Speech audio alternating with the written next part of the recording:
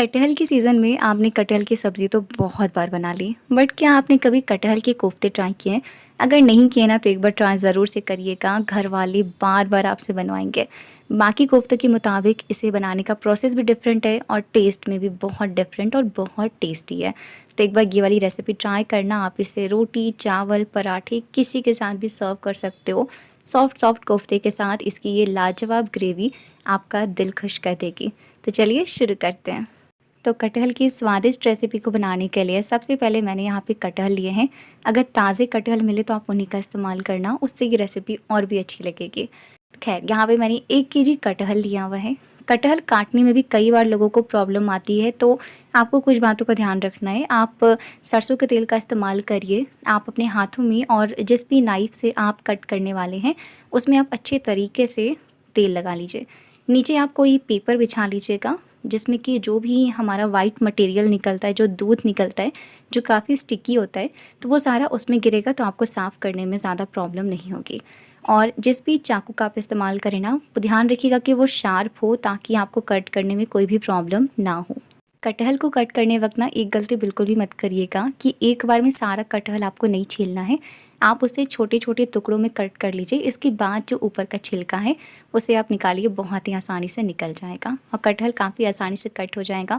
आपके हाथों को भी साफ़ करने में बिल्कुल दिक्कत नहीं होगी। तो चलिए, यहाँ पे मैंने सारे कटहल को छील लिया है, क्योंकि मैं सारे कटहल के कोफ्ते बनाने वाली हूँ। इसके बाद हमें इसे कट करना है। ये जो बीच का पार्ट होता है ना, क्योंकि इसमें कोई टेस्ट नहीं होता है, तो इसलिए हम इसका इस्तेमाल नहीं करते हैं, तो इसे हम साइड कर देंगे। हालाँकि मैं इसे फेंकती नहीं हूँ, मैं इसकी एक चटनी बनाती हूँ जो बहुत टेस्टी होती है। एक बार अगर आप वो चटनी ट्राई कर लोगे ना, फिर आप कभी भी उसे फेंकोगे नहीं। तो अगर आपको इसकी रेसिपी चाहिए ना, तो मुझे कमेंट में बताइएगा, मैं आपके साथ ज़रूर शेयर करूँगी। खैर यहाँ कटहल पे आते हैं, तो कटहल को मैंने कट कर लिया है, क्योंकि बॉयल करना है इसलिए थोड़ा मीडियम साइज़ में कट किया है। इसके बाद हमें एक प्रेशर कुकर में इसे डाल देना है।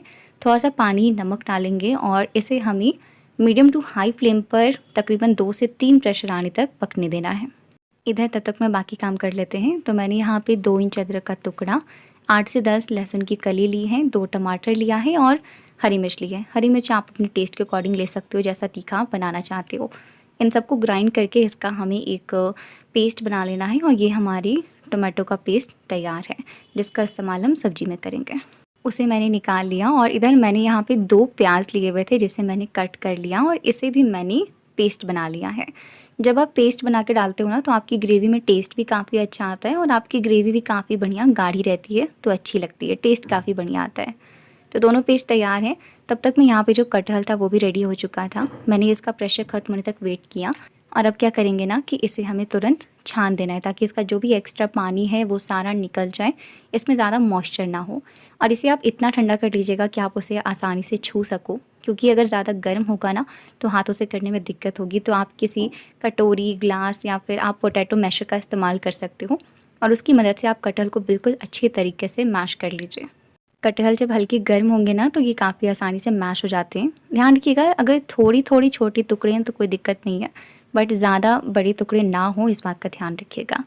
तो सारे कटहल को मैश कर लिया। अब इसमें कुछ मसाले डालेंगे। तो मैंने यहाँ पर आधी छोटी चम्मच हल्दी पाउडर लिया है, धनिया पाउडर आधी छोटी चम्मच, बिल्कुल 1 चुटकी लाल मिर्च पाउडर लिया है, तीखा आप अपने अकॉर्डिंग रख सकते हो।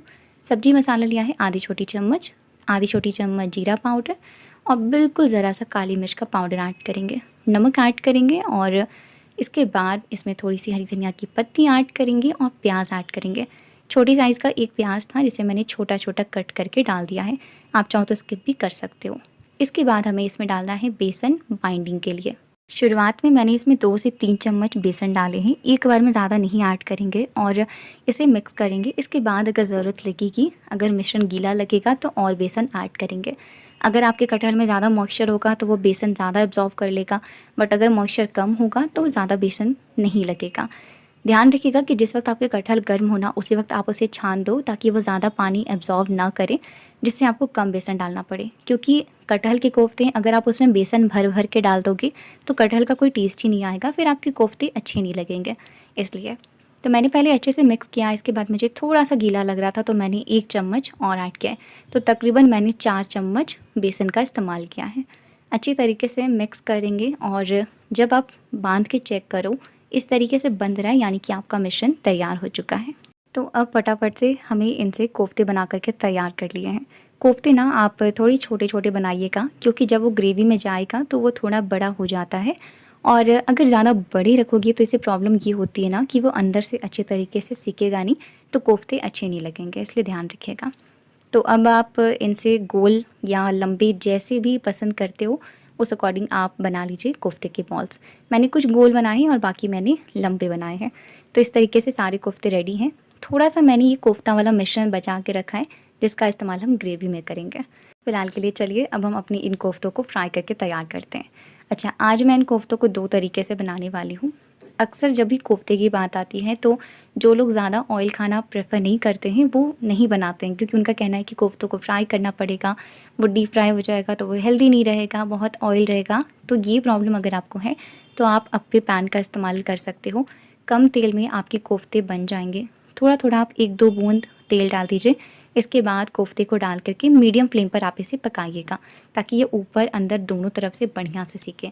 बीच-बीच में ढक भी दीजिए, और जब ये अच्छी तरीके से गोल्डन ब्राउन दिखने लगे इस तरीके से, ध्यान रखिएगा जलाइएगा मत, बस सिकना चाहिए, वरना आपके कोफ्ते अच्छे नहीं लगेंगे। और इस तरीके से जब कोफ्ते सिक जाएँगे तो इसे आप निकाल लीजिए। इस तरह पे पैन में कम तेल में आप अपने कोफ्तों को बना के तैयार कर सकते हो, बहुत अच्छे से बन जाएँगे। अदरवाइज़ अगर आपको तेल से कोई प्रॉब्लम नहीं है तो आप इसे डीप फ्राई कर लीजिए। बस ध्यान रखिएगा कि फ्लेम इसमें भी आपका मीडियम रहेगा, और तेल का जो टेम्परेचर है वो भी आपका मीडियम पे रहना चाहिए। ज़्यादा गर्म रहेगा, कोफ्ते ऊपर से सिक जाएँगे, अंदर से कच्चे रह जाएँगे तो वो अच्छे नहीं लगेंगे। अच्छा, ये भी ध्यान रखिएगा कि ज़्यादा भी मत पका दीजिएगा कि वो जले-जले से लगे, वरना आपके कोफ्ते तब भी अच्छे नहीं लगेंगे। तो छोटी-छोटी बातों का आपको ध्यान रखना है। तो यहाँ पे जो फर्स्ट बैच के हमारे कोफ्ते हैं वो फ्राई होकर के तैयार हो चुके हैं, इसे हम निकाल लेंगे। और मेरे बाकी भी कोफ्ते हैं, क्योंकि मैं थोड़ी ज़्यादा क्वांटिटी में बना रही हूँ इसलिए, तो मैंने उन्हें भी उसी तरीके से फ्राई कर लूँगी। वैसे ये कोफ्ते ना ऐसे अगर आप पकौड़ों की तरह खाओगी तो भी बहुत अच्छे लगते हैं, क्योंकि ये बहुत ही टेस्टी होते हैं। अगर मैं आपको तोड़ के दिखाऊँ तो ये देखिए, है ना? बिल्कुल सॉफ्ट हैं। तो ये देखिए कोफ्ते तो तैयार हैं, चलिए फटाफट से अब बनाते हैं इनके लिए एक बहुत ही लाजवाब वाली ग्रेवी। ग्रेवी को तैयार करने के लिए यहाँ पे मैंने वापस से एक कढ़ाई लिया है, और इसमें हमें लेना है तेल। तेल आप जो भी खाते हो वो आप ले लीजिएगा। मैं सरसों के तेल का ही इस्तेमाल करती हूँ, इसलिए मैं इसका इस्तेमाल कर रही हूँ। तेल जैसे ही गर्म हो गया, मैंने इसमें थोड़ा-सा हींग ऐड किया है, थोड़ा-सा जीरा ऐड करेंगे और तेज़पत्ता। इनके अलावा आप कोई खड़े मसाला ऐड करना चाहते हो तो वो आप डाल सकते हो, मैंने नहीं ऐड किया है। इसके बाद इसे हल्का-सा क्रैकल करके इसमें प्याज़ वाला पेस्ट ऐड कर देंगे, और इसे हमें थोड़ी देर के लिए भून लेना है। प्याज़ को बहुत ज़्यादा ब्राउन करने की ज़रूरत नहीं है, हल्का-सा लाइट गोल्डन करेंगे ताकि इसका बस कच्चापन निकल जाए।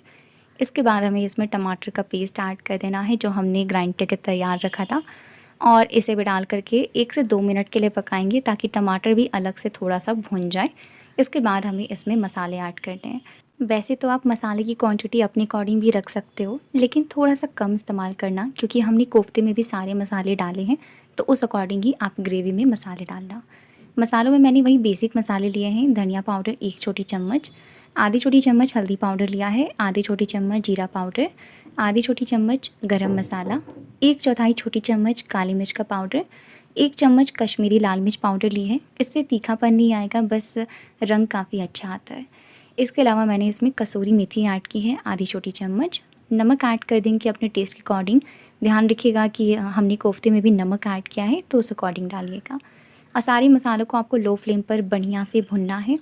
ध्यान रखिएगा, अगर मसाले भुनेंगे नहीं ना, तो चाहे आप इसमें कितनी भी चीज़ें ऐड कर दीजिए, आपकी सब्ज़ी टेस्टी नहीं बनेगी। मसालों का अच्छे तरीके से भुनना बहुत ज़रूरी है, तभी आपकी कोफ्तों में टेस्ट आएगा। मसाले जो हैं वो थोड़े भुन चुके थे, काफ़ी अच्छी स्मेल आ रही थी। तो अब इस टाइम पर मैंने जो कोफ्ते का मिश्रण बचा के रखा था वो इसमें डाल देंगे। एक तो इसे डालने से आपकी ग्रेवी जो है वो थोड़ी गाढ़ी-गाढ़ी सी बनती है, और सेकंड रीज़न ये है कि इससे टेस्ट भी बहुत ही अच्छा आता है, तो ज़रूर से आप डालिएगा।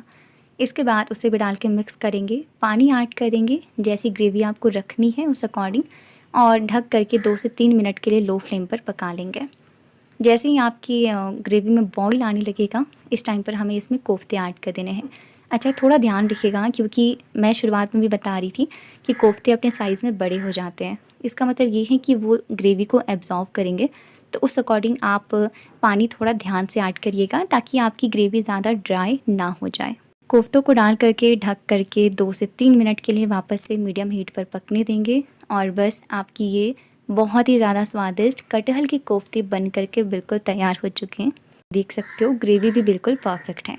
तो बस गैस का फ्लेम ऑफ कर देंगे और अब आप इस गर्मा गर्म कोफ्तों को रोटी के साथ, चावल के साथ, पराठे के साथ, किसी के साथ भी इंजॉय कर सकते हो। सभी के साथ ये बहुत टेस्टी होते हैं। माना कि कटहल की सब्ज़ी सभी को पसंद होते हैं, लेकिन कई बार खाते खाते हम बोर हो जाते हैं। तो इस टाइम पर आप ये कटहल के कोफ्ते ट्राई करो, जो खाने में बहुत टेस्टी हैं और बनाने में भी बहुत आसान है। और अगर आज की रेसिपी आपको पसंद आई है तो प्लीज़ वीडियो को लाइक करिएगा और अपने दोस्तों के साथ भी ज़्यादा से ज़्यादा शेयर करिएगा। और ऐसे ही और आसान रेसिपीज़ को देखने के लिए प्लीज़ हमारे चैनल को सब्सक्राइब करिए और हमें इसी तरीके से अपना सपोर्ट देते रहें। इससे हमें बहुत ज़्यादा मोटिवेशन मिलता है। चलिए अब मैं आपको दिखा देती हूँ कि हमारे कोफ्ते जो हैं वो कितने अच्छे सॉफ्ट बने हैं। आ गया ना आपके मुँह में भी पानी? तो जाइए और फटाफट से ट्राई करिए, आपको और आपकी पूरी फैमिली को बहुत पसंद आएगा। तब तक के लिए आप सभी खुश रहिए, स्वस्थ रहिए। मिलूँगी आपसे अगले वीडियो में ऐसी ही किसी दूसरी रेसिपी के साथ। Thank you so much. Radhe Radhe.